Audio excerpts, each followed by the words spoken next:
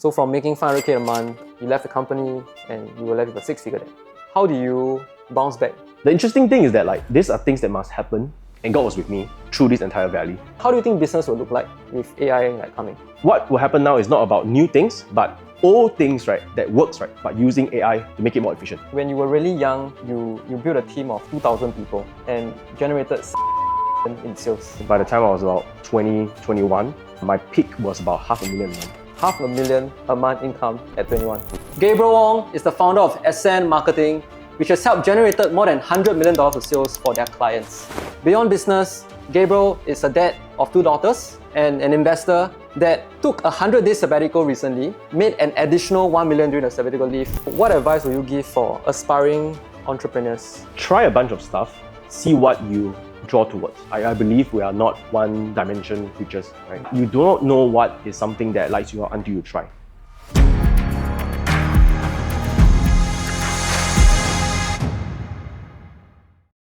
Welcome to the 3M show, where we invite 7 to 8 figure entrepreneurs to discuss on the topics of money, mindset, and mastery. Today, we are very honored to have Gabriel. Gabriel Wong is the founder of Ascend Marketing, which has helped generated more than $100 million of sales for their clients. Beyond business, Gabriel is a dad of 2 daughters and an investor that took a 100-day sabbatical recently, made an additional $1 million during the sabbatical leave, and his business did better than ever before. On top of that, Gabriel is a Christian, which has guided many of his business philosophies and life philosophies. Hi Gabriel, thank you for being with us here today.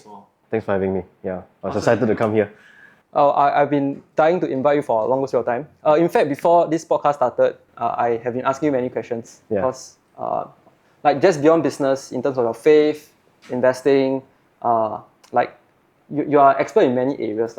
So for the audience that don't know you, can you share with them how do you get started and how do you transform entrepreneurship? Yeah, I think I had an interest in business and entrepreneurship, and I think just generally selling and marketing, ever since I was young. I noticed that ever since I was 7 years old, in school, I've been a hustler. I've been making money in school. I've been I have a tendency to find trends. Okay. So I recall the first trend I found was Pokemon cards back then. And then I saw that there was this Charizard card that this foil Charizard card that's supposedly very expensive today, but back then someone offered me $50. Wow. Okay. And I found ways to buy it. Okay. And my mother called me crazy because you're 7 years old, you go primary 1, and then you buy a $50 Charizard card. I believe, I cannot remember exactly when, but I believe within months, that $50 Charizard card became a $100 card. Wow. And I kept it, and today I'm still pretty angry with my mother, who's no longer around, for throwing away because I kept the card. And that's worth tens of thousands today, right? Yeah, I think you go on eBay, it's probably a couple of $1,000s. So I think and then after that I caught the trend of erasers. I don't even remember last time people Yes. Me too. to play the erasers, right? And I would collect the erasers, the country that is the rarest, and then just find ways to flip it and sell it. I'll play with someone, then once I win it, I'll try to find ways to flip and sell. And so I was making extra pocket money, $5, $10. So you were an entrepreneur when you were 7 years already? Just not really entrepreneur, but just hustler lah. Just find ways to make money. Because my dad only give me $2 a day. Okay. And back then, I mean, it's enough for basic food and all that, right? But I think I just have this tendency when I was young to want to buy more stuff. Especially Pokemon cards and all that, right? Were your parents entrepreneurs? Why do you think you were so hustler? Anybody that influenced you in that manner when you're younger? I don't know, to be honest. I think so. Both my parents are not entrepreneurs. They are 9-to-5 workers. In fact, we have been pretty much I believe more like a middle poor class. Comfortable family. Very little debts. Stay in a HDB flat, a small 3-room HDB flat that later they upgraded to 4-room. Pretty much paid off their HDB before they both have really passed on. But I think maybe it could be my mother. I've heard these are just stories I hear from them, that both my grandfather, my dad's side, my mom's side, they are both entrepreneurial, quite rich. But and I think there's a certain level of entrepreneurial blood in my mother's life. Because I can see, she started doing MLM. She did some side hustle as I was growing up. But she never really took the risk to do it, to really just go all in. So she has a full-time job, and her side hustle just always like kind of like, made a bit of money, but usually just kind of fall apart.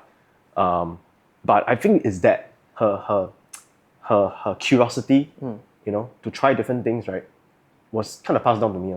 I see. Yeah, like I recall like when I was early, like in my early life, maybe somewhere when I was in my early secondary school, right, my mother passed me this book called Unleash. Oh, sorry, it was the Awaken the Giant Within. Tony Robbins' book. Tony Robbins, yes. Wow. Yeah. So I recall like secondary school reading, Awaken the Giant Within it, and that book really helped me in my early part of my life. But it was there. Then she would encourage me to try different things. Okay. Yeah, And in she always tell me school- study no use. Wow. When I was young, I recall even in secondary school. You're such a cool mom, man. Yeah, I basically, so anyway, I didn't study very well. I was never a good student. I remember PSLE. Before PSLE, I was playing like CS at the land shop. Okay. Next day is exam, But my mother didn't care. My dad also didn't care. My dad's always been a very silent parent. And when I went into normal academic, right, take 5 years, right, and even up to the years that I was going to take N levels, and asking my mom, should I take O levels and all that? She say like, no need one. She keep telling me don't need to study, because she told me that usually those people who are N levels, right, end up becoming entrepreneurs, and those people who have uni degree, right, will end up working for those who are N level students, right. So I think, of course, in the early days, right, this of course shaped my thinking, because I feel that there's actually no need to go through the usual way, work hard, study hard, get a cert degree and all that, because there are people who have made it even without this degree. Yeah. So I think that kind of set my initial early days of thinking. Awesome, man. And I think that translated to you being a magician, right? Yeah. So Like when you're really young. yeah, I think it's all the side hustles lah. So side hustles, making money, trading cards. I remember primary 5, I was like very much on like Harbour Hotel. Wow. Do you recall those days? Yes. Yeah, and then Harbour Hotel, I caught the trend of like being able to flip furnitures lah, and just make money lah. Then after that, I make money, I sell on eBay and all that. So I think there's always been in me to make extra pocket money to just buy the stuff I want to buy lah. And then I think when I was 14 years old, when I was young, I also had this hobby of doing magic.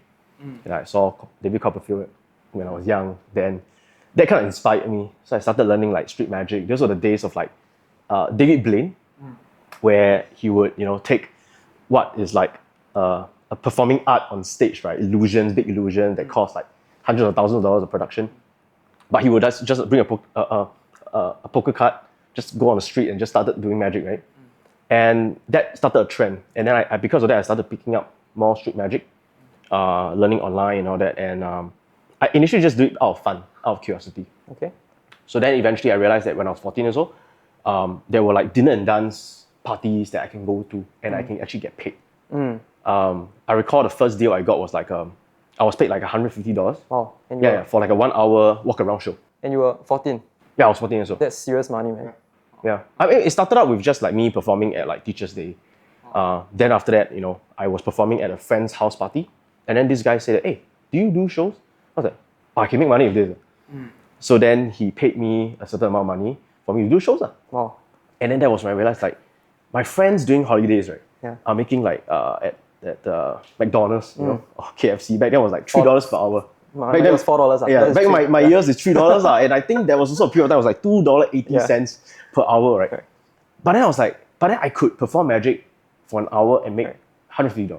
That's a high income skill, man. Yeah. So that was the early days of like understanding about that it's not just about working long hours, right? That yes, I may not have shows every day, but that 1 hour of show, right, I make 30 times, 40 times of what someone make at McDonald's, right? So like there's a bit of like what we call like the relative income, right? How much time versus how much effort you put in.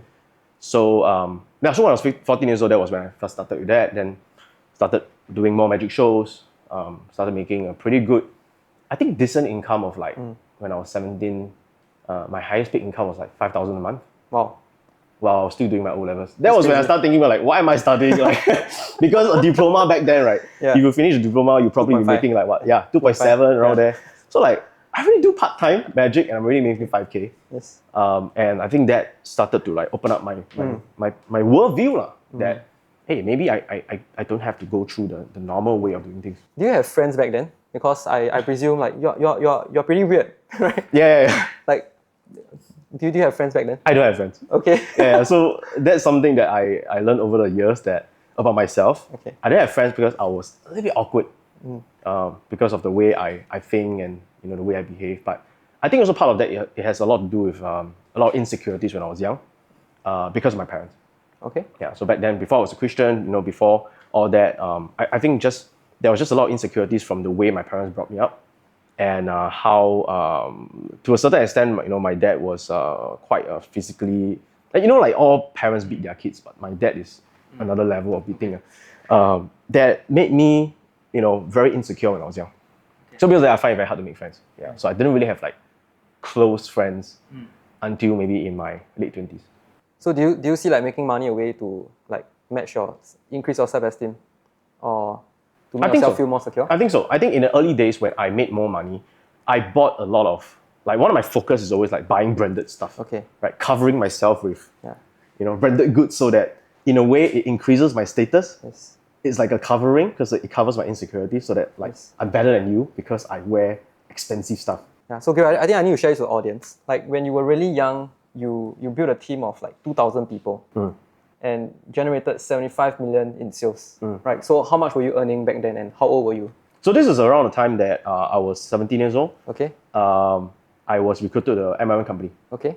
Turns out this MLM company was a freaking big Ponzi scheme. But 17 years old, I didn't know. No, late 16, right? So, I mean, I didn't know any better. And by the time I was around 19, I was drawing about 60K per month in commission. 60K a month. And then by the time I was about 20, 21, my peak was about $500,000 a month. $500,000 a month income at 21. Yeah. That is unheard of, man. Yeah. And you mentioned that you like to buy a lot of branded, right? So what do you buy with that kind of money? I mean, I did a lot of stupid stuff. First of all, like my 21st birthday, I can recall it was, there was this hotel last time used to be called Marina Mandarin. Okay. Today, I think has been changed to Park Royal, I think, at the marina there. It was like 500 pax event. Okay. I blew 100K on the night. You're a baller, right? A baller, right? Okay. And again, the baller part is so that I can look like I am successful, right? And yeah, I was top-down branded as a way to, today I realize it's a way to cover my insecurities and a way to prove like, I have done well in life. And so I am somebody. So that was somewhere around when I was 21, 22 years old. Okay. So despite having serious earning ability, I think there was a phase of life that you fell into debt. And I think the company went bust. Yeah. Like, can you tell us like how it unfolded? Yeah. I think even before the company went bust, right, what was interesting is that I was making some amount of money, but I was also spending like crazy.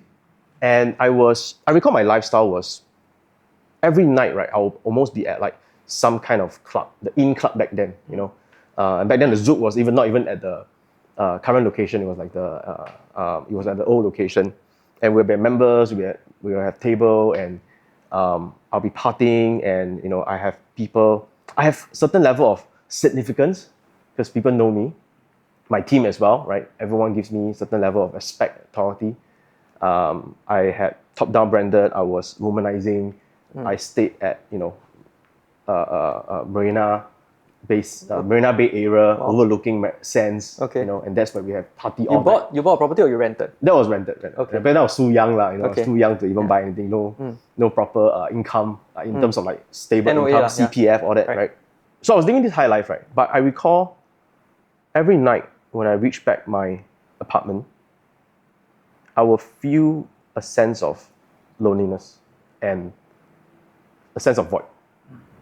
And I don't know why. Like, I'll be sitting in my room, or drunk, face red, just crying by myself. Crying? Wow, to that extent. Okay. And then just thinking to myself, like, why am I still so upset? I thought that, if I made all this money, I have all the women I want, and all the alcohol and whatever I can get with money, I thought I should be happy. Because when I was young, the source of unhappiness for my family has always been lack of money. And I ran away from that. I thought that my parents are not happy, they are not in love with each other, they were constantly fighting over money. I thought that if I get money, I'll be happy. But, I was just in my room, just, face red, drunk, crying. So how do you like overcome that phase though? So when I was 14 years old, I recall this time where one of my school teacher brought me to church. Okay. I don't know what the pastor was talking about, but I can never forget the feeling when I accepted Christ when I was 14. They just say a bunch of stuff and they say, hey, who wants to accept Christ? Then for some reason I raised my hand and I say that I want to accept.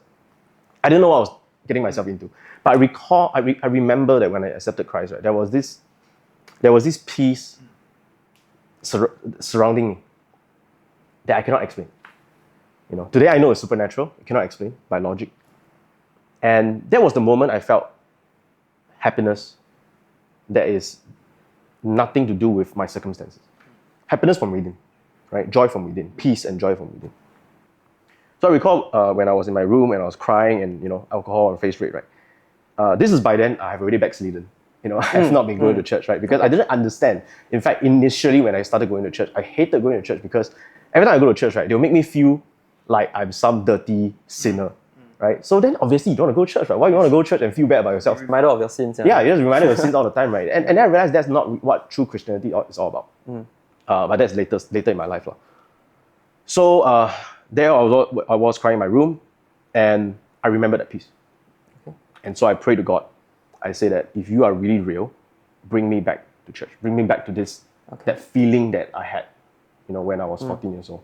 So did this prayer happen before your ex-company went bust? Yeah. Or I think, this was like 22 years old. Okay. Yeah. So I was still in that lifestyle and all that. But I think that was the turning moment that God started doing something in my life. Because back then I also realized that. So that was also a period that I started realizing that the company was not legit. Like I've been selling nonsense. I've been selling, things that are empty promises that did not come to pass and fruition because of the years of us selling a bunch of stuff, investment and all kinds of nonsense. But I didn't have the courage to leave, because I was so deep in, so much respect, so much money, right? Who would just say that, I'm done. I leave, 6 figures commission. I leave all the respect. Last time I go office, people will call me Mr. Gabriel, it's just a small thing, but to someone who's insecure, that means a lot. Yeah. And I'll be respected. People say stuff about me in a good way, right? Because in network marketing, you always get this thing called T up. Yeah. So I get a lot of this significance, power, respect, money, right? No one in the right mind would say, I will leave all this. It took, I think, that prayer to realize that money didn't really give me happiness. And then I think a series of things started happening. Like I recall that time the church, I was then brought to a church. A friend of mine asked me to go to the church. I was like, no lah, Saturday night, always drinking, right? No way I can wake up for church. But then this friend of mine said, no, our church got 5:30 p.m. service. No excuse, right? Yeah, no excuse, right? So I was like, okay, I go, right? And then at 5:30 service, right, I always remember that I realized that was a service for sinners, like really, really like sinners like me who really need help. But also appreciative of, now they don't have this service anymore, but also appreciative back then they have this 5:30 service. So I went there and I started hearing more on things that I didn't hear when I was young, about God's love and how God's love for me, right, is never changing. That no matter what I have done, it has all been washed away by Jesus suffering at the cross. And that once forgiven, I'm forever forgiven. Now, this is something that is more universally accepted today, but back then, not. Back then, people say there's no such thing as forever, once forgiven, forever forgiven, right? That means once you are saved, you need to kind of keep your own salvation. But the church taught different things. It taught me that once I'm forgiven, I'm forever forgiven, past, present, future. And then for the first time, I felt the Father's love. The one you experienced when you were young. Yeah. Okay. I was like, oh, you mean God loved me so much that He's not here to judge me anymore? That even if I fall, even if I sin, right, I'm still loved by Him. Okay. For some reason, that just started a transformation in my heart.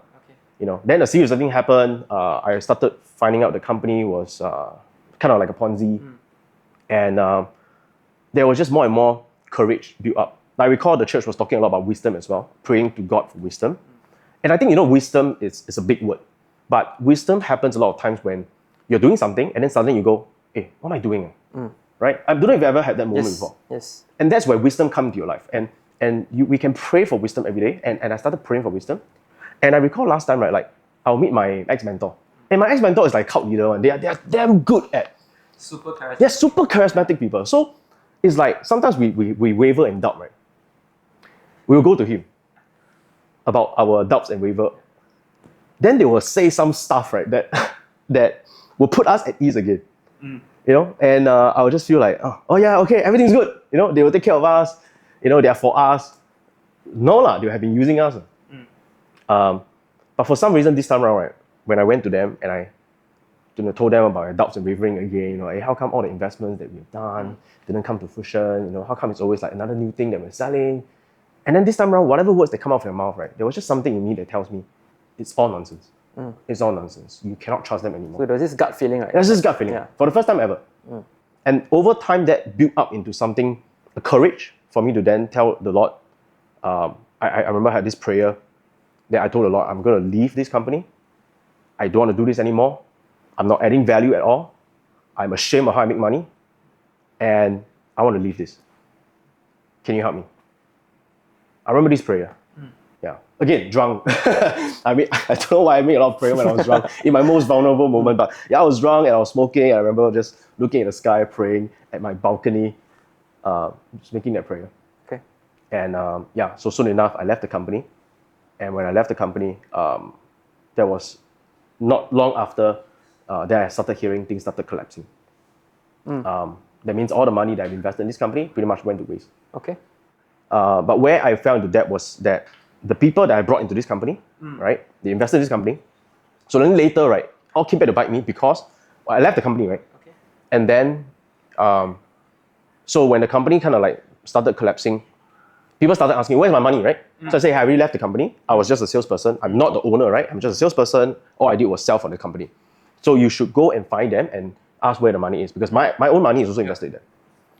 And when these victims go to this company, right, and ask, where's my money? Right? You know what I say? Gabriel ran away with the money. Wow. And I realized all along, now then it became very obvious. This was their tactic all along. Everyone who left them, right, they did the same thing to any so-called downline that they have recruited. So they made you a scapegoat. Yeah. So all along they've been making use of us, right? And then a lot of actions that they did, like when they do investment, they will like inside they always ask us to like collect cash, yeah, in a way to protect us. No but trace then, lah. yeah, but then we're stupid, man. I mean, we joined them when we were 16 years old. They're like a father figure to me. So they say collect cash is good for you. We're like, no, question us, right? Cult leader is a cult-like mindset, what? And when you question, you cannot question it. So then we realized, wow, actually all along they've been making use of us because we collect cash, there's no trace. Because when we give them the money, there's no trace that we gave them the money. So then they can just say, oh, you know, you give a random money and all that kind of nonsense. You know? So I started getting like, debt collectors coming to my house, trying to retrieve money from me. I remember like, I started speaking up against this company on my social media. I got attacked from both sides. I got attacked from the victim who engaged debt collector to come to my house. And then I got attacked from like gangsters that come to my house. Gangsters? Yeah. Wow, okay. Of course, no way to trace to my ex-boss. But I mean, out of nowhere, suddenly gangsters come to my house, right? And ask me to keep quiet. And, you know, threaten my life and my family's life. And the police cannot do anything. We literally call police. Like I have police report to like show that all this actually happened. So I was attacked on both sides. And I think that was one of the lowest part of my life where, I was just stuck in the middle. And then there are some family friends that I personally affected. I felt the need to be responsible. And so I took out loans to pay some of them back. How much loan did you take? I think I recall I was in a 6-figure debt. 6-figure, wow. Yeah, I was in a 6-figure debt. That was around when I was 23 years old. So from making 500K a month, you left the company and you were left with a 6-figure debt. Well, that must be really tough, man. Yeah. I think that shook my whole life. Yeah, put it that way. But the interesting thing is that like these are things that must happen, I realized, and God was with me throughout the entire period. And God was with me through this entire valley. And that was when I felt that like the Lord showed me how to actually build a business, right? Because this is like fast money, yes, right? And the funny thing is that fast money comes, right? Money also go very fast, you know. And I think subconsciously there's just something about that. Psychologically, right? When we make money through a win-lose mentality, it means zero-sum game, right? I take money from you, I'm not providing value, right? That's called unethical money making. And when you make money, when you are by unethical means, right? You will subconsciously hate money. Because you hate the way you earn it.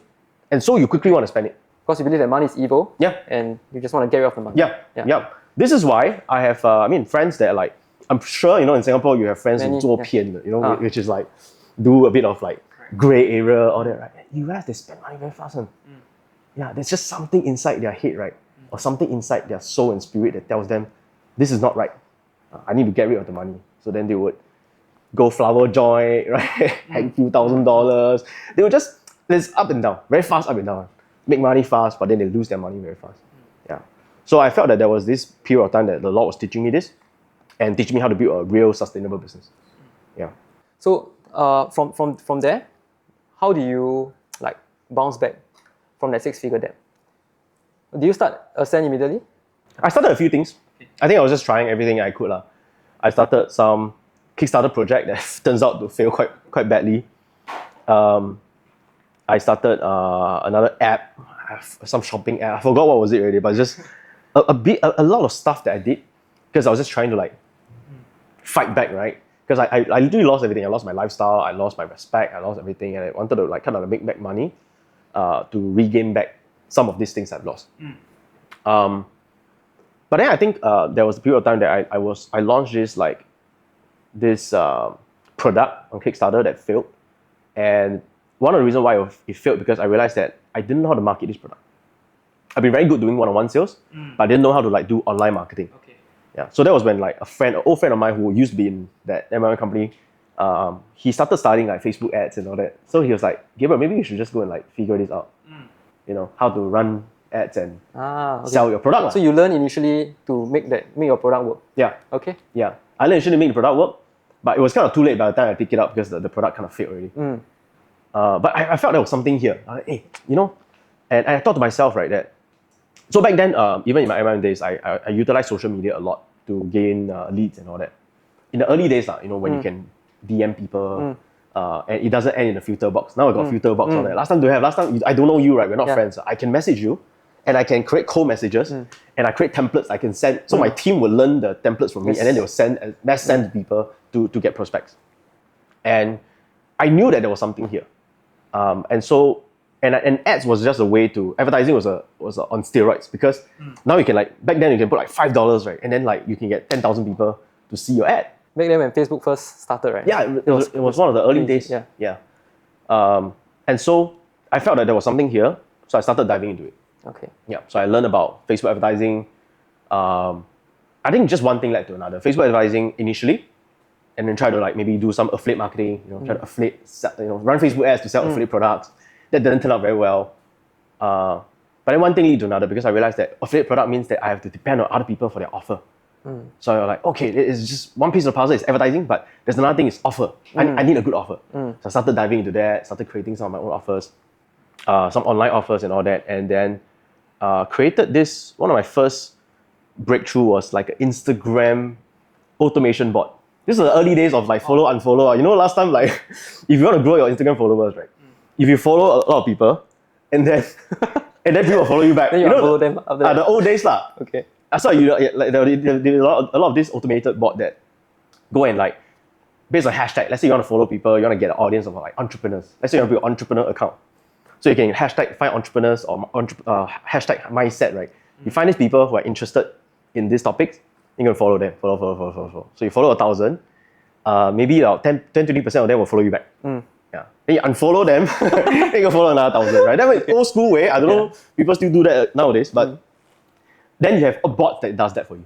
Wow, okay. Yeah. So that was my early days of dabbling in this. So I started to like figure something out, and we created a bot that allowed people to do that. And it did actually quite well. We and a bit of organic marketing, running some ads. That was when I learned a bit about doing webinars because I started doing webinars to sell people this software. And I think we hit at one point about 2,000 subscribers, paying like $30 a month. Wow. It's not a lot of money, but that was, I think, one of the first few breakthroughs. Yeah. Before Instagram shut us down. Because apparently it was against their policy to build this kind of automated bot. That's why nowadays you cannot find, harder to find.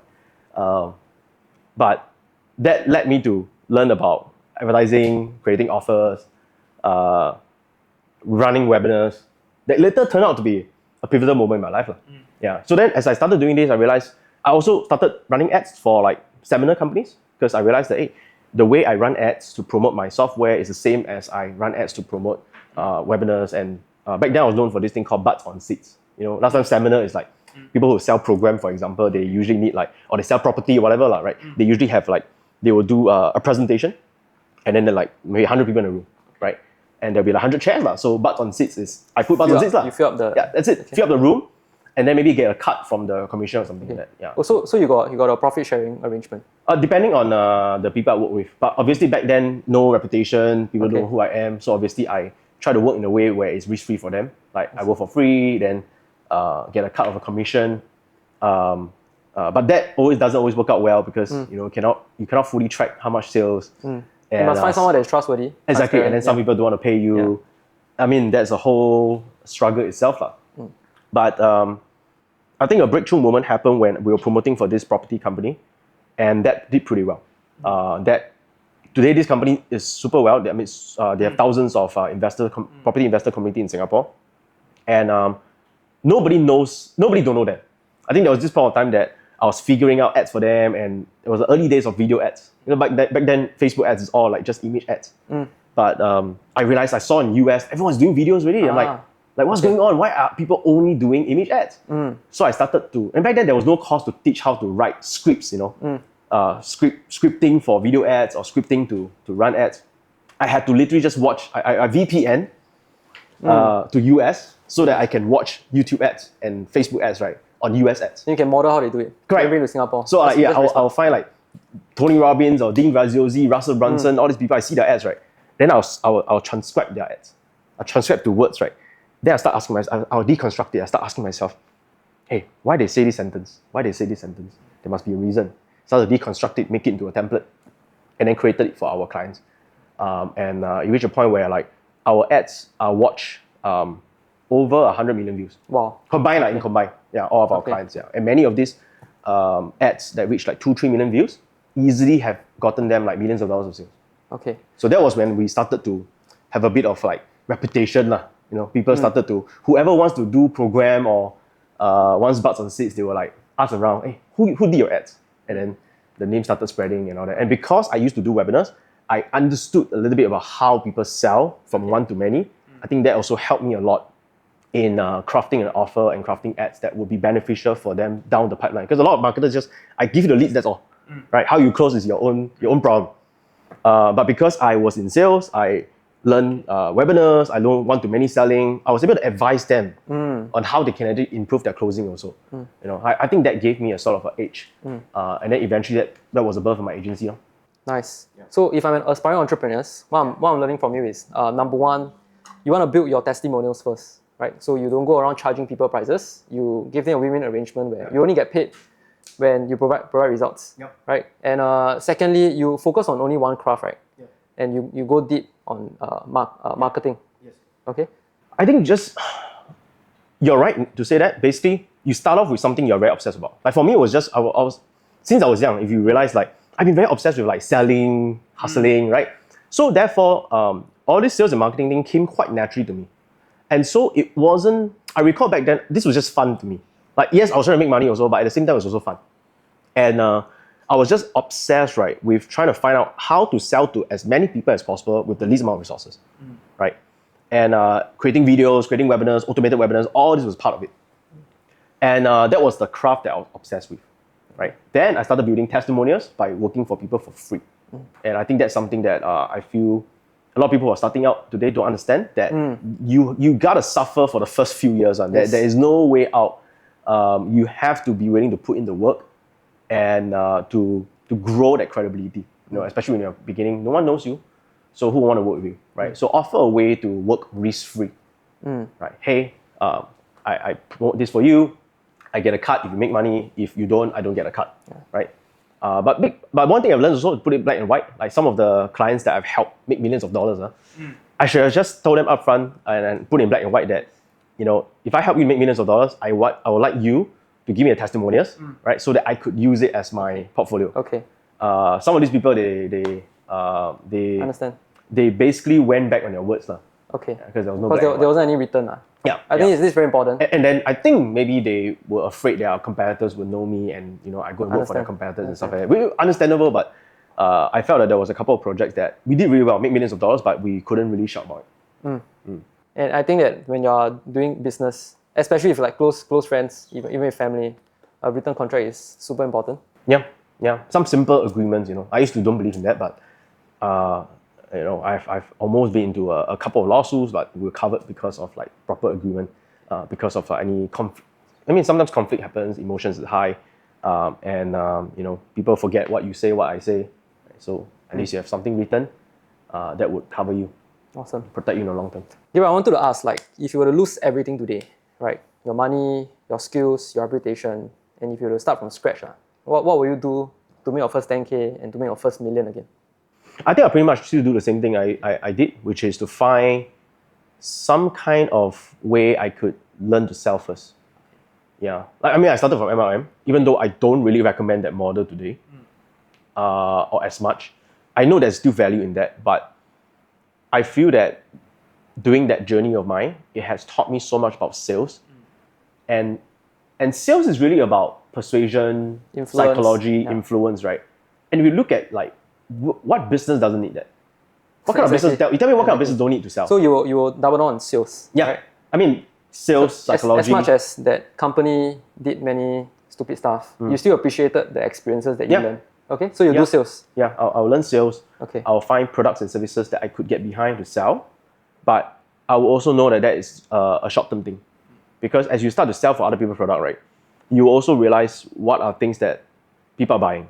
What are the things that people don't want to buy, why they don't want to buy, and that's where you really learn a little bit more about like offer creation. Offers, yeah. Yes, and products and the kind of services that you can sell. So I would say join some kind of sales. Okay. To learn the fundamentals of selling. Fundamentals of selling. Okay. If not, right now, so it's either one of this.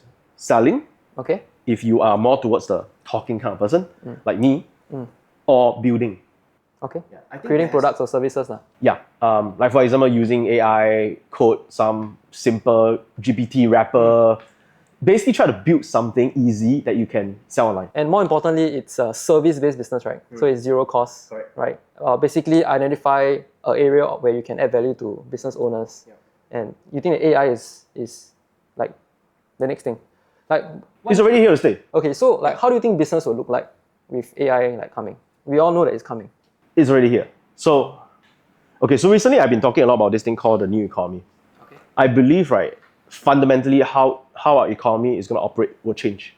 And money, right, would have a different meaning in the next 5 to 10 years. Okay. This sounds a bit crazy, but okay. So AI is just basically a ways to do things effectively and productively, right? And now AI has been something that people have been talking about 20 years ago, right? I mean, the first Terminator movie is older than me.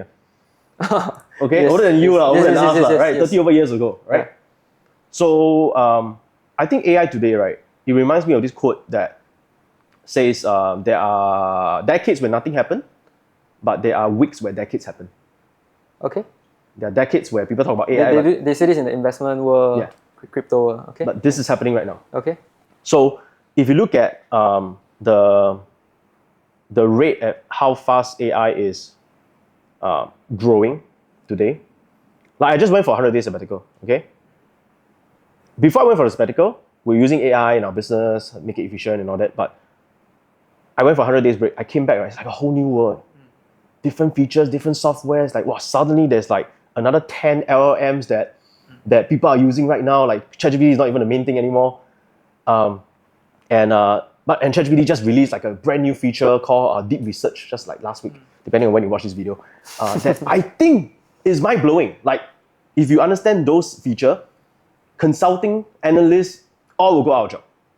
I'm really talking about like you just ask a simple prompt, like do a deep research on me on this certain particular topic.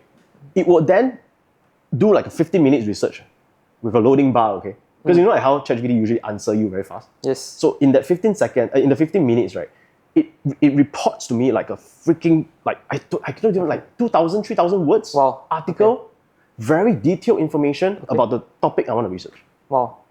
And it's like on par with like top consulting companies. I was impressed because, I mean, I invested Palantir quite early.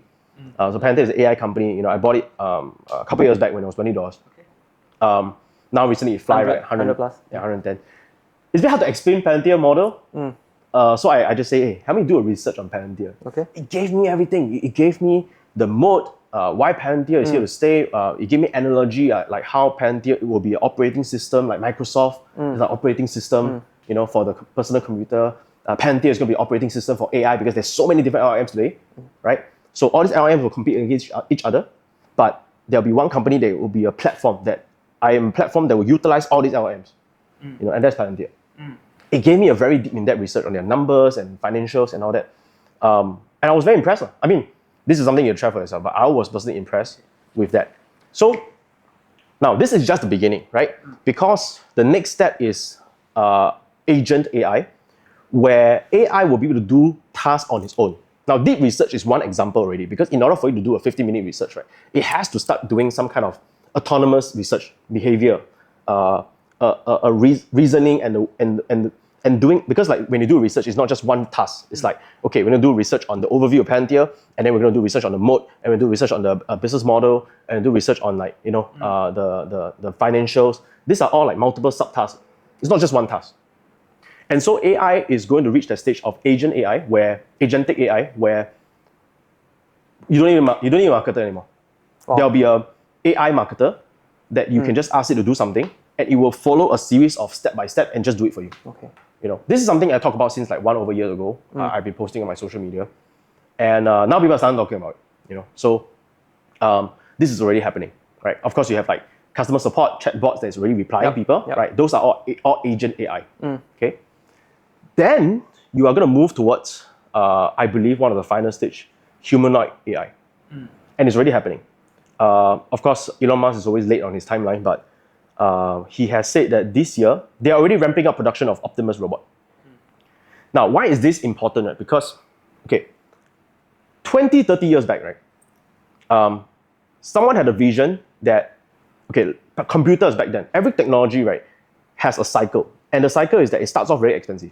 So only all the big companies, government can use it. Okay, it's called IBM. Okay, and then someone came along and have a vision and say that every household will have a personal computer. Now back then, this is a big vision. Okay, and that's called Bill Gates, right? The guy is called Bill Gates. He is only half right, because today, right, we don't just have every household one computer or personal computer. We have every person have multiple computers. Your phone is a computer, your laptop is a computer, your desktop is a computer, your iPad is a computer, your smartwatch is a computer. So it's a phase where it starts off with very expensive, because as technology advances, it becomes cheaper and cheaper. I believe that at the beginning, humanoid robots are going to be expensive, which is already happening. They're building already. Imagine when a humanoid robot ceases to be a robot.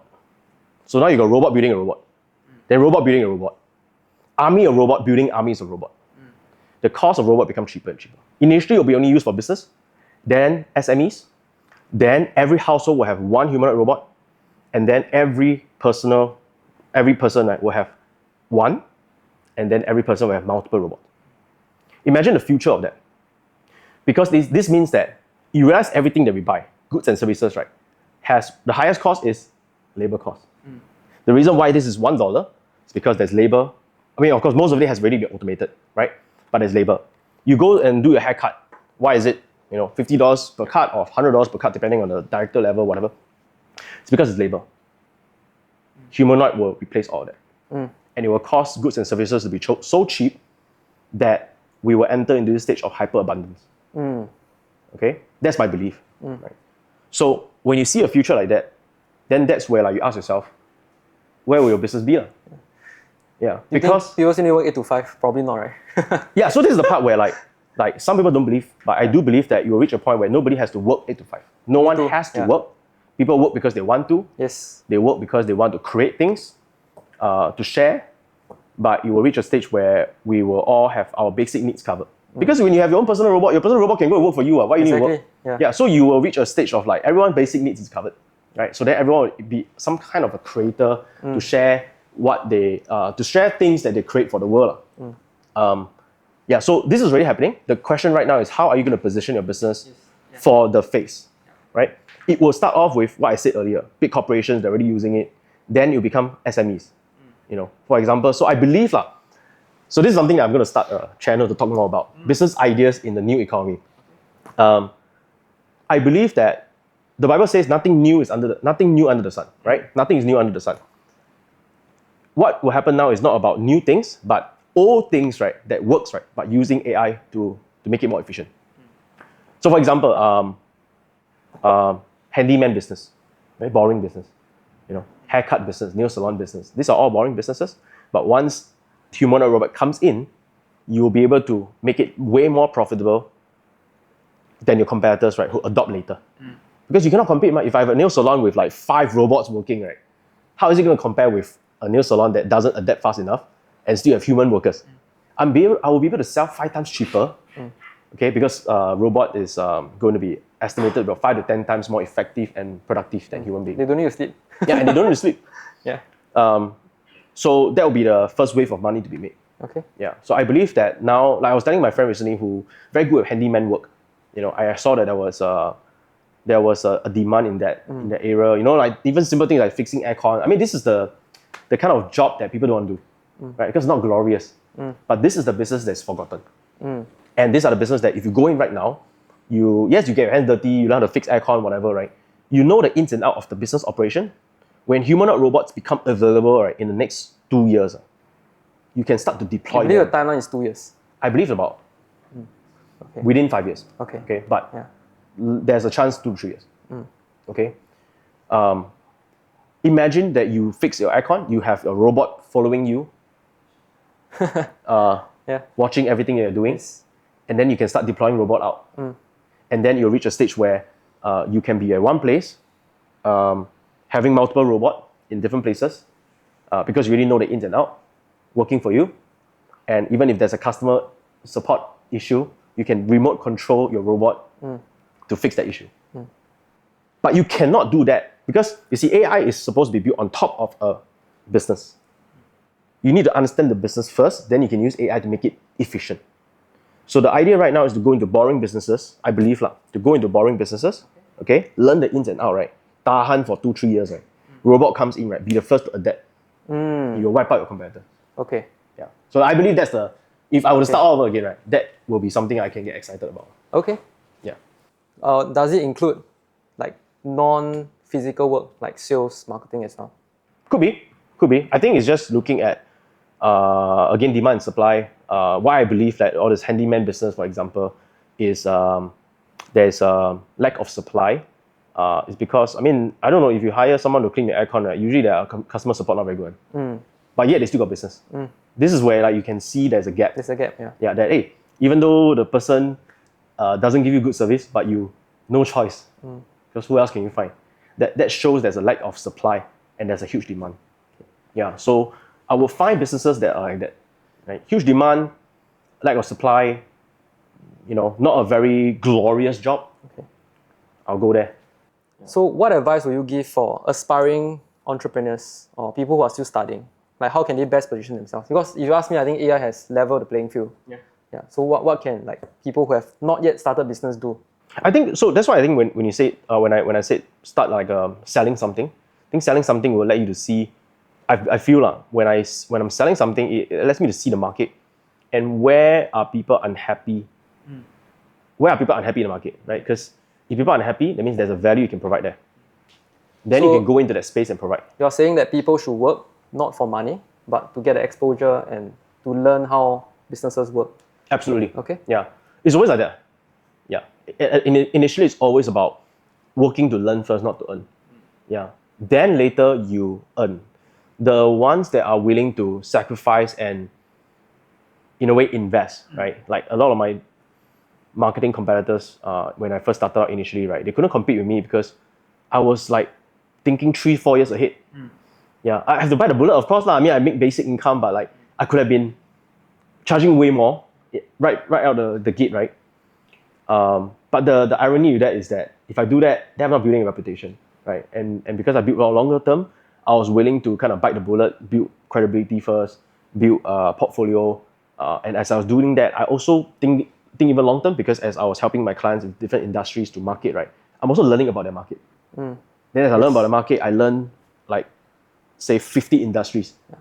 And then from the 50 industry, I'll be able to see some kind of like a pattern that's going You on. can piece everything together. Yeah. Yeah. Yeah. Top down, I'll be able to see all the different That's marketing right. data. Yeah. So basically, set your time horizon to be as long as possible. The problem with most people is that they focus much on instant gratification. They ask themselves, how much can I earn if I do this? But I think more importantly, we should ask ourselves, how much can we learn?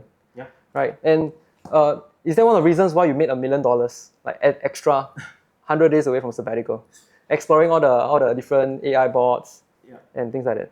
No, the 100 million, sorry, the 1 million, the 100 million, the 100 million. I wish I made 100 million already, bro. No. The $1 million that I made in investing was purely for investing. Okay. Yeah, it was purely just because of my work in marketing.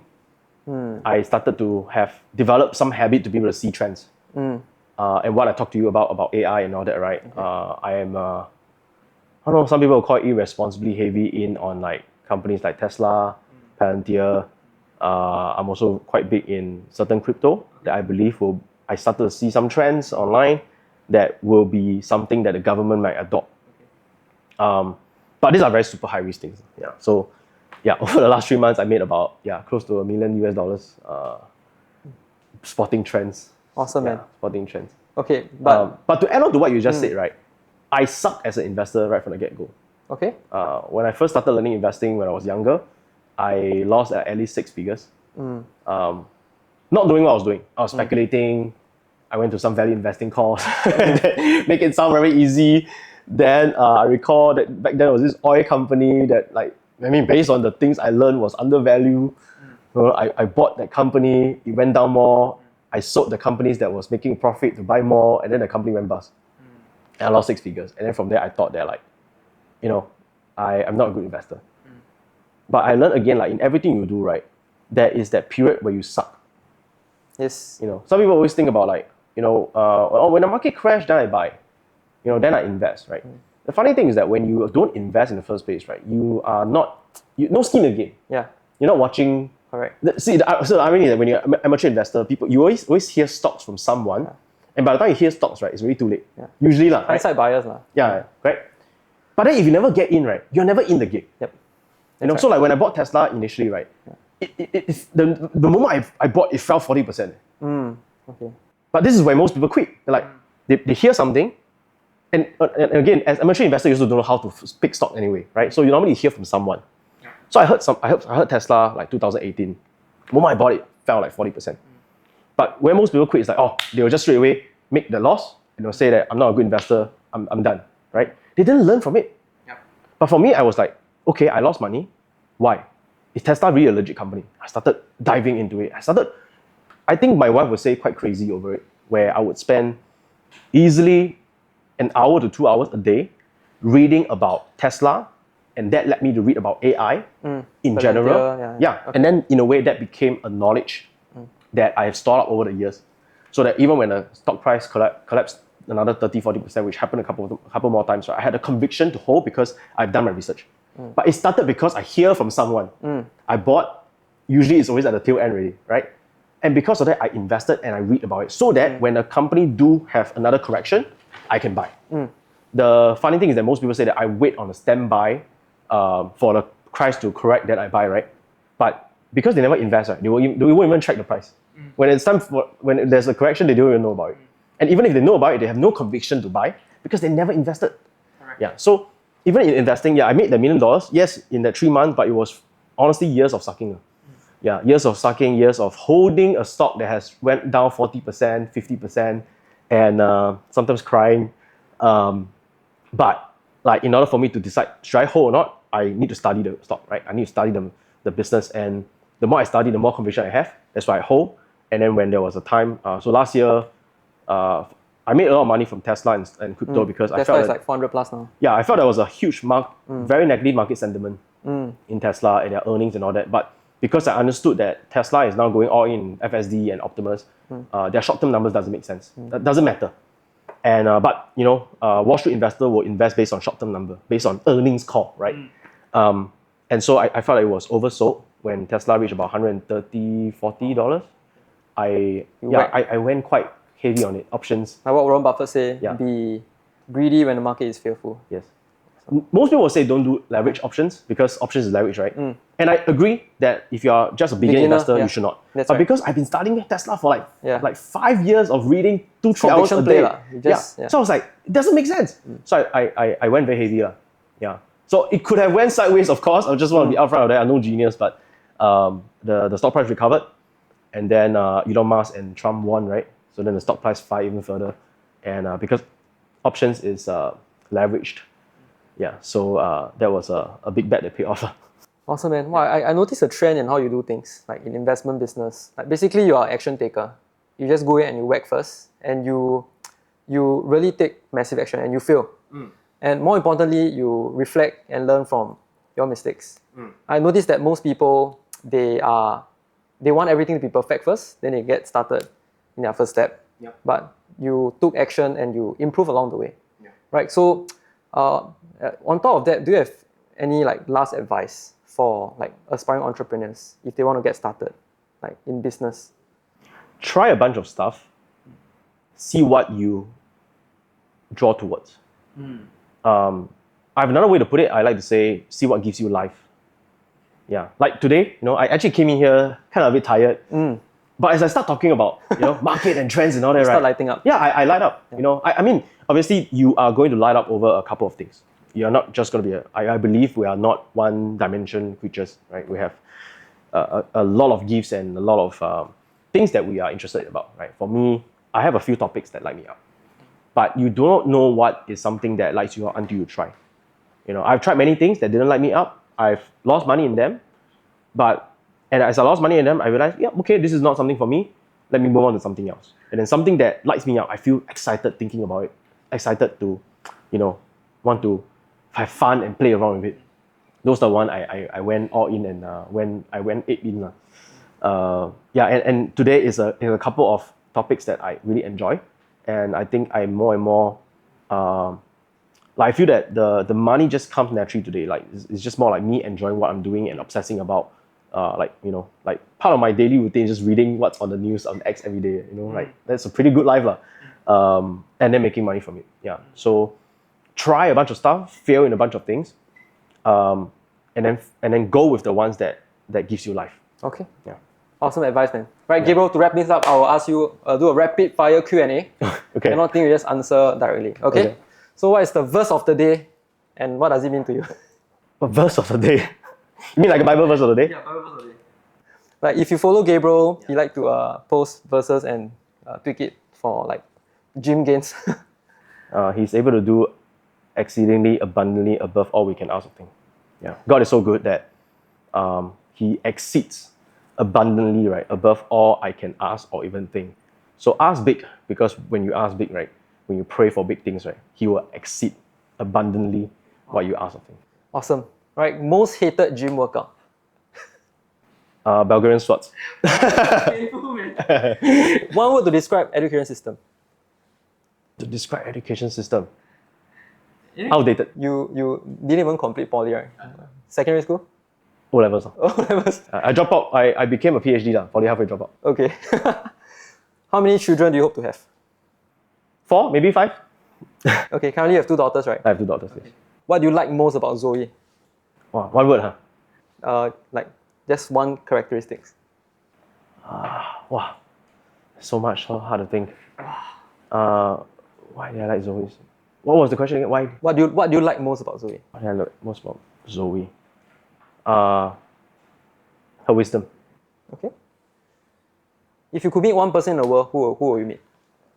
Right now, probably Elon Musk. Yeah. Okay. And if you could give one piece of advice to your younger self, what would it be? All things will work together for good. Enjoy the journey. So last question, Gabriel, like what are some of your long-term goals and like motivations moving forward? I think I want to build. I think lately I've been praying a lot about like the next phase of my life, and I want to build a media company that would ultimately glorify Christ. Yeah. Okay. Awesome. Thank you, Gabriel, for your time. Thanks for having me. I had a lot of fun. Yeah. We prepared a small gift for you. Thank you. Right. This is wishing your family for a happy Chinese New Year. Thank you. Some Appreciate tea it. and bird's nest. Thank you. Thank you, man. Really happy to have you here. Yeah. Thank you. Thank you. See you. Okay. All right.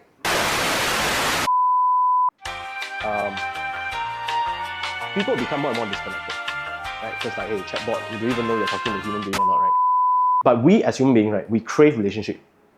And when we crave relationship, right, we crave for intimacy. That's ultimately what it is, intimacy. And you cannot have intimacy without authenticity. And so people will crave more and more for authentic people and authentic conversation. So then recently, Elon Musk said something very interesting.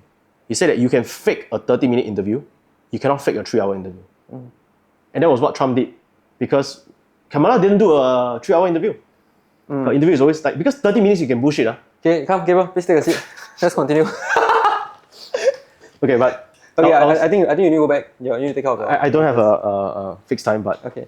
But I want to just add this point out because like, what was that? Honestly, like I felt very limited by like when Raymond was telling me the time, I was like, oh freak, like why did time pass so quickly, man? I mean, my advice to you will be to not have time limit if you want to do a podcast. Of course, respect your guest time, right? But having no time limit helps to draw out more authentic conversation rather than having to rush it. And this is a trend that I see in the US right now.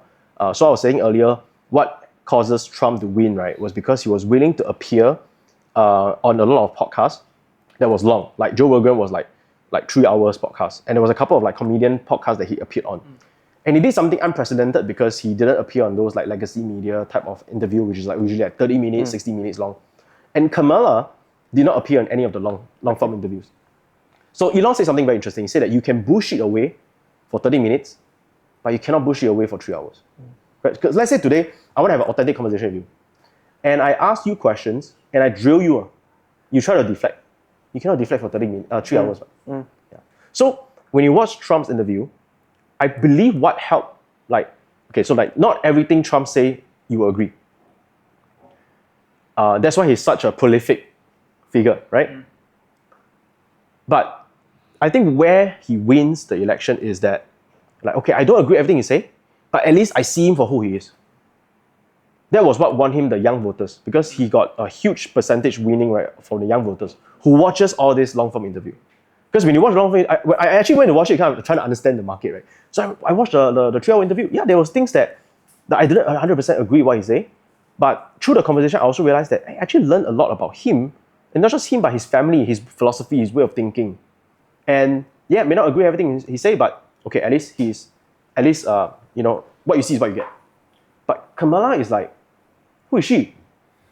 You don't know who is she, but it's like, right, like everything is scripted, everything is well prim and proper. It's like she says what needs to be said. What a script was put in front of her. Well, she don't know what to say if there's no teleprompter. That's not authentic. Yeah, and I think that's one of the reasons that cost her the election. What time do you need to leave? Maybe 9, yeah. Actually quite hungry, but yeah. Okay. I'm very hungry for your knowledge. Do you have another drink? Yeah. Hey guys, I'll be very honest. Like earlier on when I was interviewing Gabriel, I was very limited by the 1 hour time limit. But we are continuing part 2 now because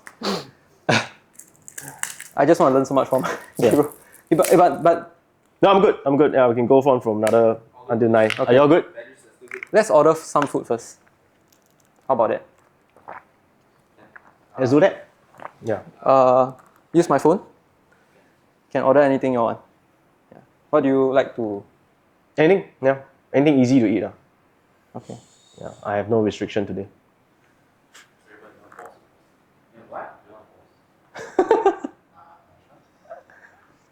Yeah, and yeah.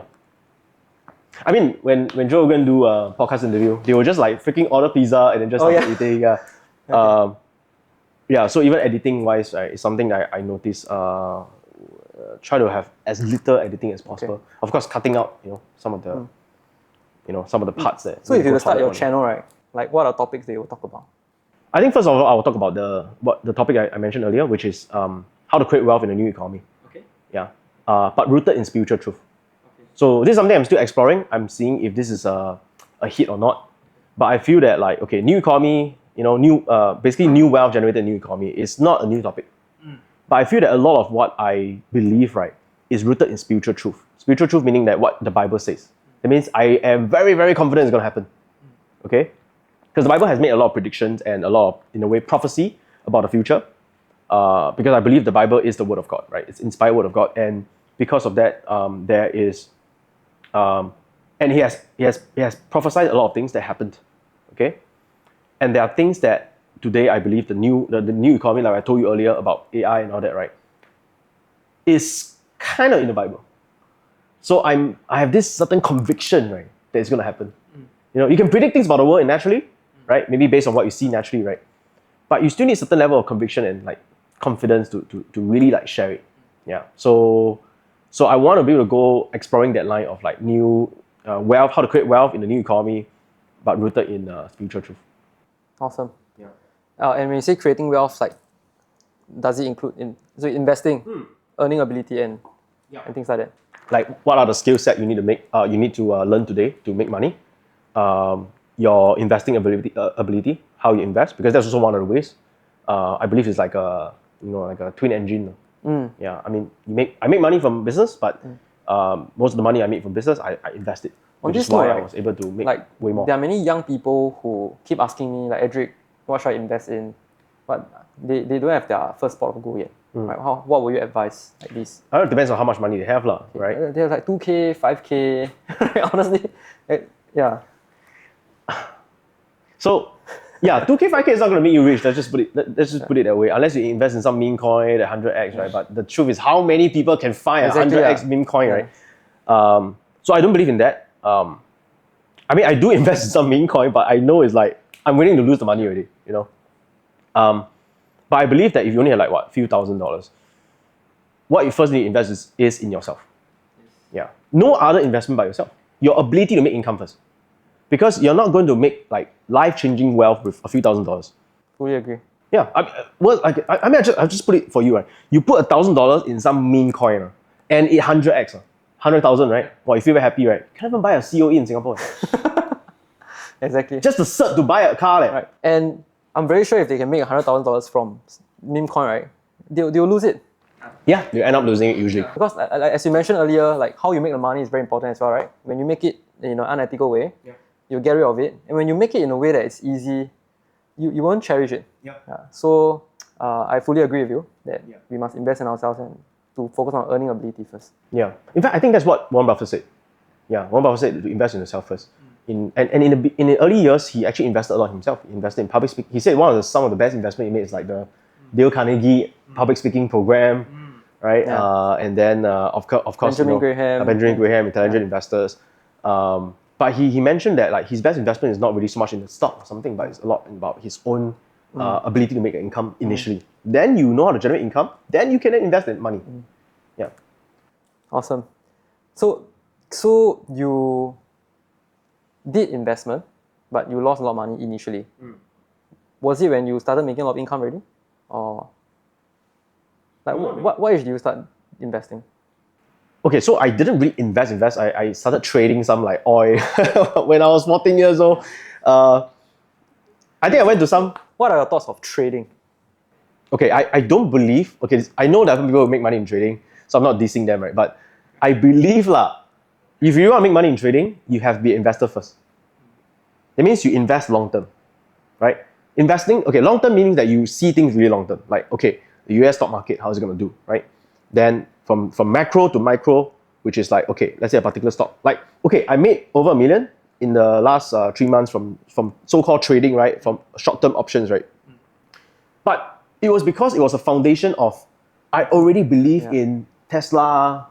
I really believe in the crypto project I buy in is Cardano, but please do your own research, okay? I really believe in this.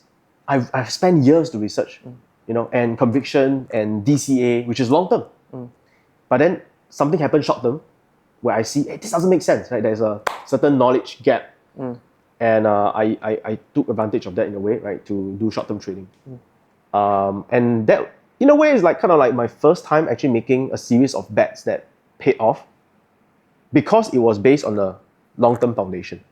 Yeah, so I think I just call this like, I'm sure someone have said something similar, but I feel that my conclusion is that I'm a investor first, trader second. You know, so I invest in long term, but then, you know, I might trade 10, 20% for like, to maximize my income, which is the trading part. But it must be based on an investor mindset. So do you think that trading is beginner friendly? Definitely not, right? I don't know, I mean, again, to each his own, right? Like you try different things, see if it gives you life, right? I don't really find a lot of life like looking at technical analysis, support resistance, Fibonacci. I don't know. Like, wow, you tell me you look at the chart every day, right? I rather kill myself. I rather just tell Jesus, like, hey, please just, like, no, I'm not made for this, right? So unless you are like, wow, super, like, numbers light you up. Yeah. Or charts light you up. But then again, I always make fun of, like, I might get in trouble for saying this, like traders are like people who are, it's like astrology. Like, it's us to like to find pattern, human being like to find pattern when there's no pattern sometimes. So like astrology is like looking at pattern, right? Okay, I bet you why. Okay, see, I tell you why this is the truth. You go to a casino. Ever been to a casino? Yes. Okay, you go to a casino, right? Ever been to like a roulette table, baccarat table? Yeah, right. They have a table there. They show. Yeah, they have this pattern. Yeah, they have this TV, small little TV there, right? Correct. That shows you banker player, right? It shows you a history, or like if you roulette, right? Black and red and whatever. You see some uncle writing down on the paper. Yeah, you see people. Wow, study the trend. Wow, catch the dragon. Yeah. Never bet against the dragon. Yeah, but probability just says it's either 50-50, right? Of course, there's a certain age where the banker will win, right? It's like 49 point something, right? There's no pattern, right? But they purposely put the screen there. It means the screen adds no value at all. But they put the screen there for a reason, because they know that we as human beings like to find pattern. Yeah. So then people, wow, catch the dragon. Yeah, so, sorry. I know technical analysis has certain value in it. Like if you really are a long-term investor, that's why I feel that the friends that I know that make money from trading, right, most of them, they are really long-term investors. But so that's why fundamentals is important. Fundamentals first, then they can use technical analysis to kind of understand, where is oversold area, entry level and all that, right? But if you just purely do technical analysis on some meme coins, which I've seen people done it before, I think you're better off looking at the moon to invest. Yeah. Really, like moon, then the star pattern, it's human behavior. Human psychology is like to find pattern when there's no pattern.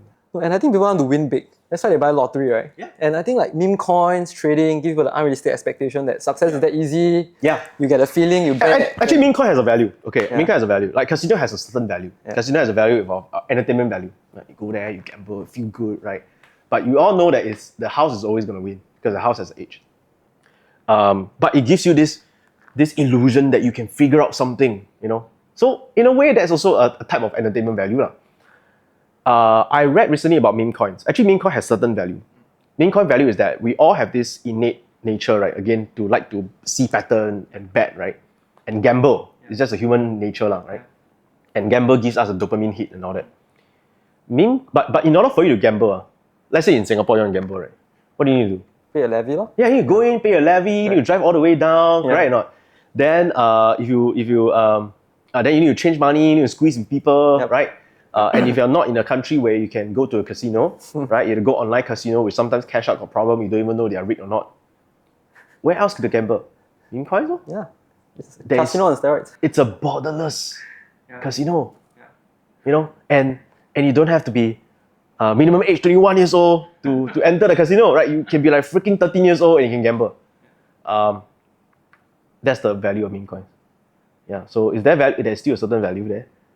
It allows people of all ages to gamble anywhere. But that's and don't feel like it's gambling. Yeah, I mean there's a reason why casino put a legal age ban, right? I think it's so dangerous that nowadays young people have access to online casino, Yeah, and even if they make money, I think it might not be a good thing because it creates this expectation that gambling generally is what we call what's that called? Zero sum game. Generally speaking, it's trading as well. When someone wins, someone has to lose. Yeah. Now, I believe it's a bit different when you fundamentally already believe in the company, because then you are just doing what we call asset allocation. So that's another whole topic by itself. Yeah, because there is certain value in like trading, because trading is the foundation of like commerce, right? I buy and sell. I trade, like buy and sell, correct? I buy something of value, we trade, and sometimes trading can be a win-win situation, right? Where hey, I trade let's say I'm a farmer and I only can farm orange, right? Then the only thing I can eat my entire life is orange. So that's why I believe that God created us, all of us, to have a certain gift so that, okay, I'm a good orange farmer, but then now you're a good apple farmer, right? So now we trade. Now, because I'm so good at farming orange, right, now I get to enjoy apple and orange, right? Then we bring someone who farm banana into the mix. And there's more value created. Yeah. So the value is created through the trading. Yeah. So there is value creation in trading itself. So in I think that's business as well, right? Like businesses that focus on win-win, creating value for like their clients, will always win in the long term. Yeah. And yeah, but I think many people, especially the people who are new, I think in school we kind of think like for someone to win, like for me to go to a good school, if there's a bell curve, you must win someone. Yeah, but like when you grow older, you realize that that's entirely false, man. Yeah. It's a win-win. Correct. But it's not wrong because in history, you study history, people can only play win-lose game. That's right. People only can win-lose game, right? Because there's not enough food. scarcity of resources, correct? So like country have to conquer another country, and so on, in order for them to expand, even for survival, right? So that is kind of like ingrained in our behavior. That's why we still play a win-lose game. But ever since we have this so-called tipping point with technology, right? There's an overabundance of food now, overabundance of wealth. We're also entering into age of AI, where the new economy is hyperabundance, right? There's no need to play win-lose game anymore. Yes. But it's just a human behavior that for me to win, someone must lose. Yeah. So I think studying game theory has helps a lot in understanding business. Yeah, because all is game theory, right? Win, lose, lose, lose, win, win. Yeah, and then you study history, you realize that actually we're moving towards people learning how to play win-win. Yeah. And win-win is where we all can prosper and really create value for the long term. On the topic of AI again, like my mentor gave me an analogy. He said that the world is like on a seesaw. Right? On one end, it's what you call the 精神世界, spirituality, emotions, mental health. On the other hand, is the 物质世界, it's the physical side. So whenever one goes up, the other will go down, right?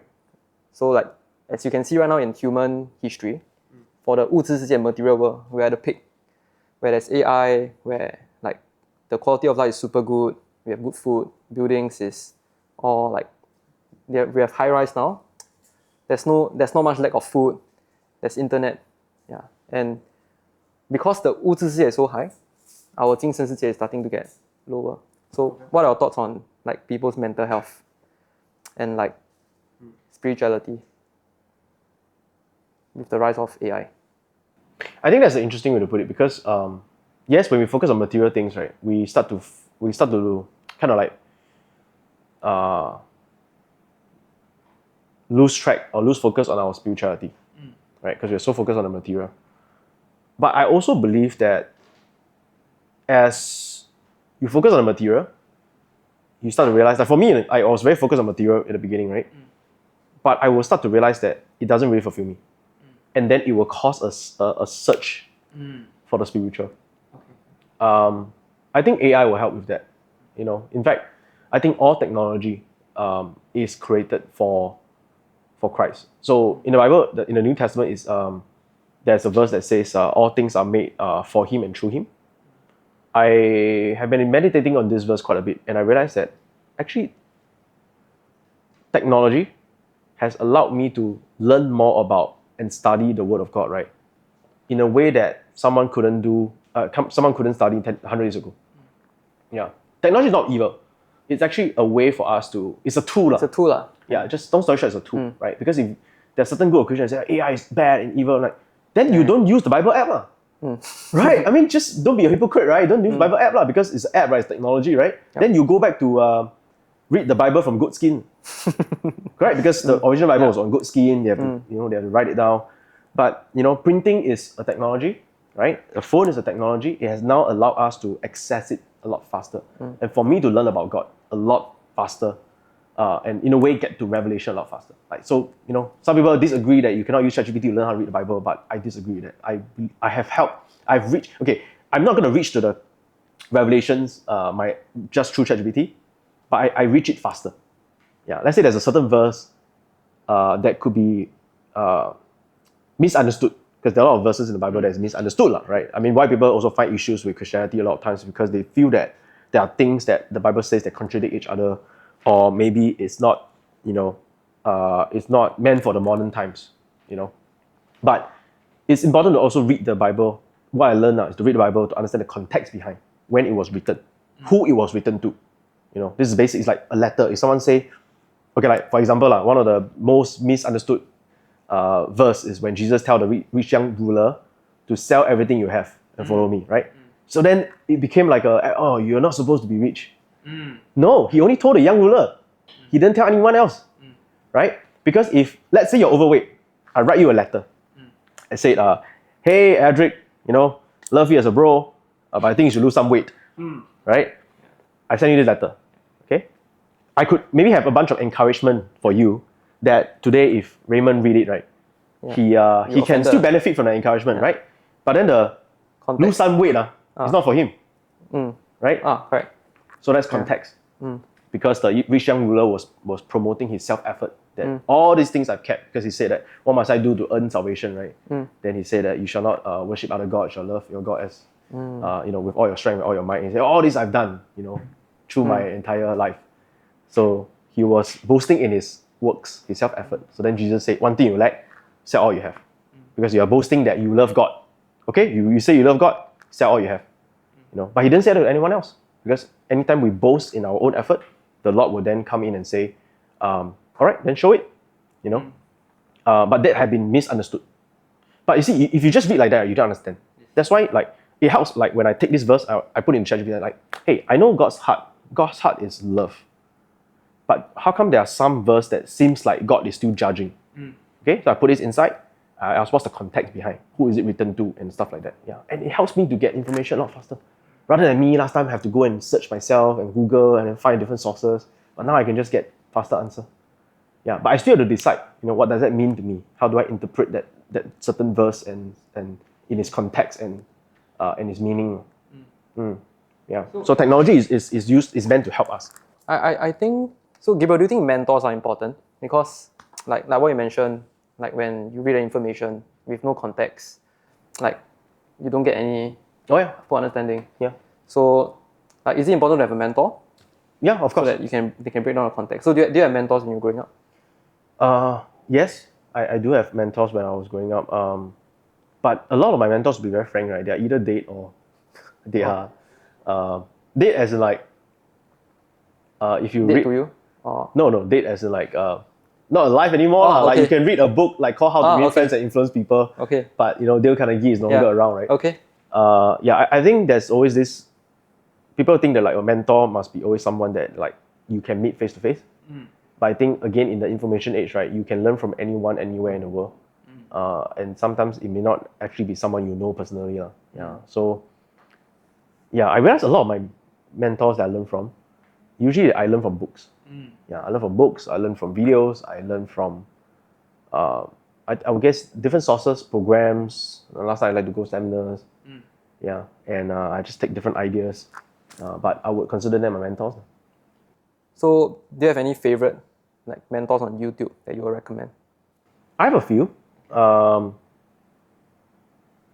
For sure, like I listen a lot to my pastor. My pastor is Pastor Joseph Prince. New Creation. Correct. So that helps me a lot with the way I interpret scripture. He gives me a very, very good foundation. And then, I started out, Tony Robbins, that was when I read Awaken the Giant Within. That's more the personal development area. Finances, actually a lot from Robert Kiyosaki at the beginning. But there's so much you can go with Robert Kiyosaki, Yeah. And I think today is just more of like, I think now there's this guy called Naval Ravikant, is it? Naval Ravikant, yes, correct. I've been reading a lot of his stuff. Tim Ferriss is also another guy that I follow in the past. I think just different people from different advice and different areas, so I can see different point of view. Yeah.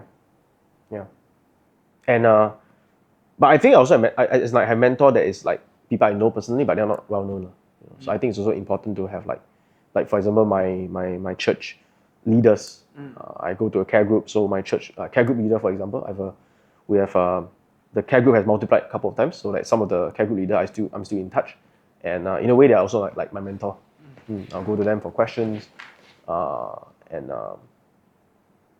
I'm inspired by their life, how they lead their life, how they lead their family, and I believe they are, in a way, they are my mentors as well. So do you think a community is important? Like, I mean, for your faith, you have a cell group, right? Yeah. Like, how do you think that has helped you?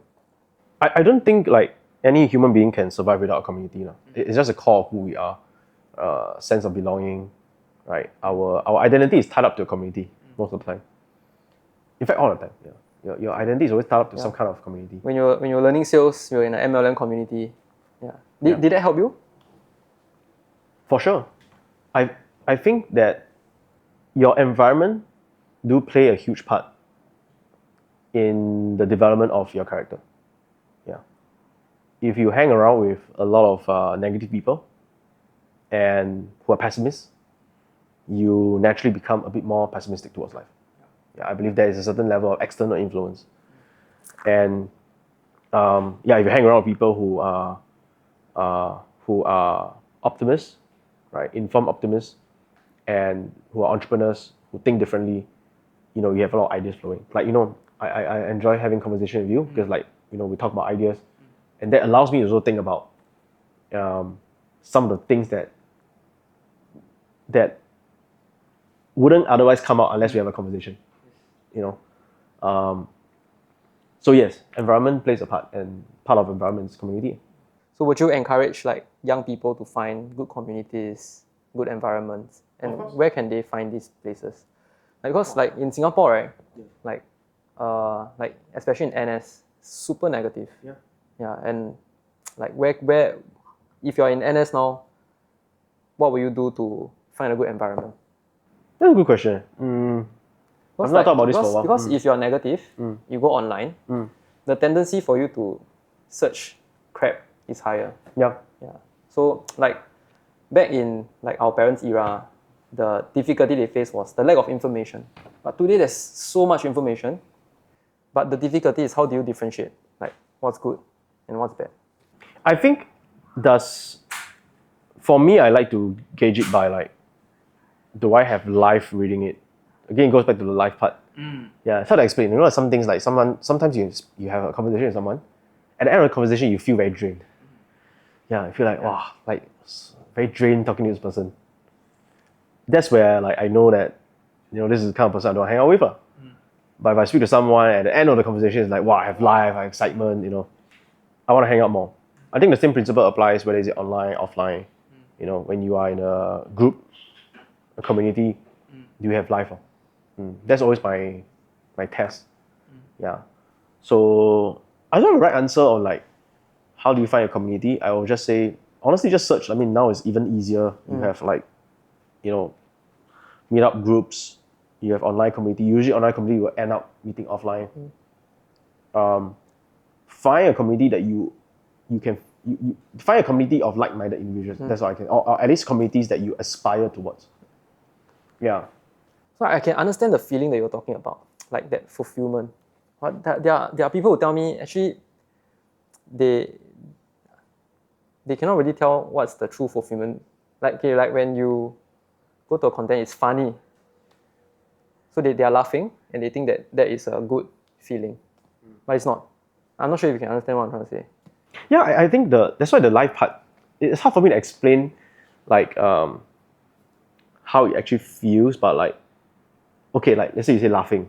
Let's say you can go to a comedy show, but then you laugh, but then at the end of the comedy show, if you still feel a little bit like drained and empty. So the key thing is at the end of it, right? Yeah. Okay. So it's at the end of it. Yes. Yeah, because some people say, I go club with my friends. Oh, I open table, I drink. Shook, man, I feel alive. Yeah. It's just that moment, right? Okay. But then after that, how do you feel? Right? I don't know, like even if you open club, I mean, if you go to club and drink with your friends, right? Yeah. Eventually you'll reach a point where like, what's the point? Like you go there, you drink, okay, once in a while I still like to just go out and have fun, right? But like when it becomes a lifestyle, that it becomes a problem, right? Because You go there, yeah, I mean health and all that. But like I recall there was this period of time, it's like, oh okay, everyone go club, everyone drink, then play game, then play game so we can drink. Then after drink, then you do a bunch of stupid shit. Then tomorrow morning, everyone's like, wow, hangover and drunk. Then everyone will gather together to talk about the stupid shit you've done. Yeah. Then after that, repeat again, right? Yeah. And then you reach a point, it's like, why? Yeah. Right? Like, why am I playing games to make myself drunk? What is the value from that I get out of this? Okay. But when you're younger, that was the dream. Like, wow, I want to go through this. Yeah. Same as buying material goods, right? Yep. I think it's just a journey of like finding a sense of belonging.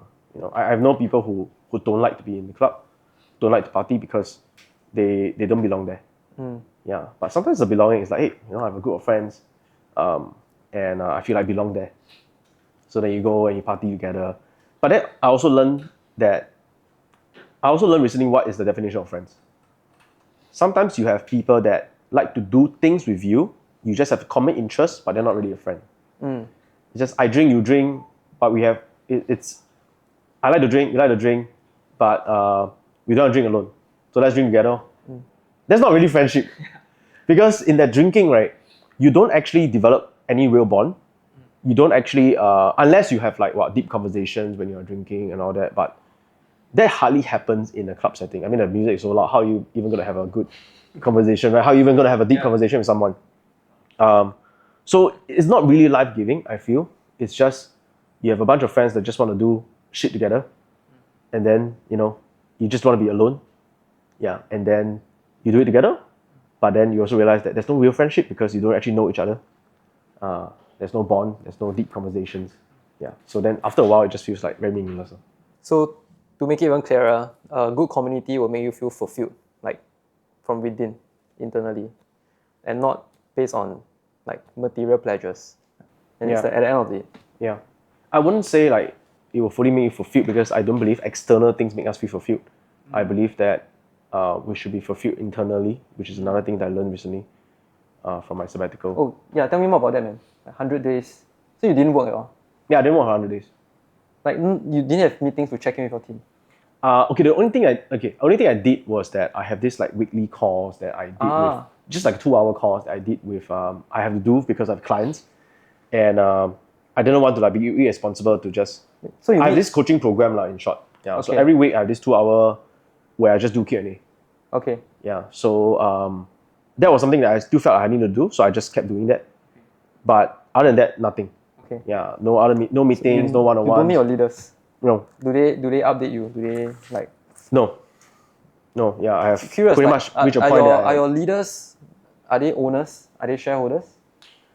Or do they get profit share? No. Okay. Some yes. Okay. Some yes. But not all. Okay. Yeah, not all. But I also realized something, like you don't actually always need like profit share to have owner's mindset. There's some people who again, that's why I see it's like identity. If it's owner is owner, and some of the owner mindset will be an owner regardless of the external circumstances. A players, right? A players. Yeah, they just hate it that they do subpar work. It's just who they are. How long have you been like with them? Like these leaders? Some of them up to like 7 years, 8 years. Yeah. Okay. Yeah. Although a big part of my team has, original team has left, it's just part and parcel of like running a business. Yeah. But yes, I still have people who are with me for like 7, 8 years. But then some of the leaders are new lah. Talking about like 1 year, 2 years. So like in essence, like I presume that there are like a few channels, right? Firstly is your marketing service. Then there's your coaching program. Then there's an app, right? Yes, correct. It's a software. So do you have leaders for? For all three? Yeah. So during the sabbatical, pretty much everyone know their role, what they need to hit, and they just run with it. Yeah. So. Yeah. Credits to Alvin Po, super scaling. Oh yeah. Definitely. I think he taught me a lot about building teams and culture. Yeah. So yeah, shout out to Alvin. You guys went like snowboarding recently, right? With Raymond as well. That was during the. I promise to join him next year. Yeah. Come on, join us next year. I would love to. Honestly, like as I was reflecting this year, right? Like last year, right? I feel like I don't have friends. Yeah, like okay, like no, like how do I put it? Like I've been so obsessed like growing my business. Yeah. I mean, I have a wonderful relationship with like Jojo. Oh, but like, I rarely have like friends that I can confide in. So always been looking for a community. Do you feel lonely? When I'm not with my girlfriend, I do feel lonely sometimes. Like okay, and when you are in front of your team members, right? There's always this identity that you have to. Yeah. Yeah, you have to. Facade that you put up. Yeah, correct. So sometimes I feel that. Yeah. So in 2025, one of my resolution was to meet more like-minded friends. No, I relate to that. I think it's just part and parcel of like entrepreneurship journey because when you're an entrepreneur, usually it means that you kind of think a bit differently, and you pretty much grow up thinking differently from quite a lot of your like childhood friends and all that, and therefore like it's hard to connect. But then another thing that you just mentioned earlier, I can relate to that also because like you feel that sometimes with a team or people you have to put up a facade, put up like I need to appear like I always have all the answers on doing well. But I also realized that is also why there's no intimacy. Okay. Right? Because intimacy means there must be authenticity, which is going back to our conversation just now. For you to have intimacy with anyone, any kind of relationship, there must be authenticity where you are just being real and vulnerable. and vulnerable. But that also means that you have to be also selective, right? Because when you're vulnerable, it means that people can use it as a weapon against you. But it shouldn't stop you from being who you truly are. So I have this issue. Actually, only just a couple of years back. I don't have a lot of close friends, but I think lately that has changed when I decided to just be who I am. Yeah. So whether is it with my team, whether is it with on a podcast, whether is it with my wife, right? I want to be as authentic and congruent as much as possible. So it's like I'm not appearing to you one way, then with my wife another way, with my friends another way. But I rather just want to be congruent. Whoever I meet, I'm just who I am. Yeah. And when I talk about Jesus, I talk about Jesus. So because this is who I am. wait, are you saying that in front of Zoe, you are like the same as how you're in front to us now? Pretty much lah. I mean, Sure except for the sex part lah. I'm not gonna have sex. I'm not gonna have sex with you. No. Right? So okay, wait. So I mean, that is like the level of intimacy okay, lah. so Right? do you act cute in front of like Zoe? Confirm have one, right? Yeah. Okay, But so act cute act cute. I don't know whether it's act cute lah. okay, so I'm just myself in front of lah. my girlfriend, I'm like super retarded. Yeah. Yeah, and Sometimes honestly, I'm retarded in front of friends. no, I don't know whether you guys can relate. Like I just say a few retarded things. It's different lah. Now it's cool to say retarded, by the way. Now it's okay to say retarded again Yeah. because Trump has won. Trump has won his Oh, side. yeah. He has recently signed an executive order that it's okay to say retarded again. Oh, No, I'm just, I didn't know. Just I kidding. didn't know. Yeah, I'm just kidding about the executive order lah. I'm just Oh. saying that like in the last 4 years, everyone is so sensitive of being offended. Oh yeah, Cannot say this word, cannot say that word. Yeah. So authenticity. yeah. So like I want to say retard, I say retard lah. People are offended lor. Of course, sensitive to like not saying things intentionally to offend people, right? But just being true to who I am lah. Yeah, and if I'm really wrong or something, then I apologize lah. Awesome. Well, I really enjoyed the conversation, man. Same here. Yeah, same here. Yeah. Happy to do it again.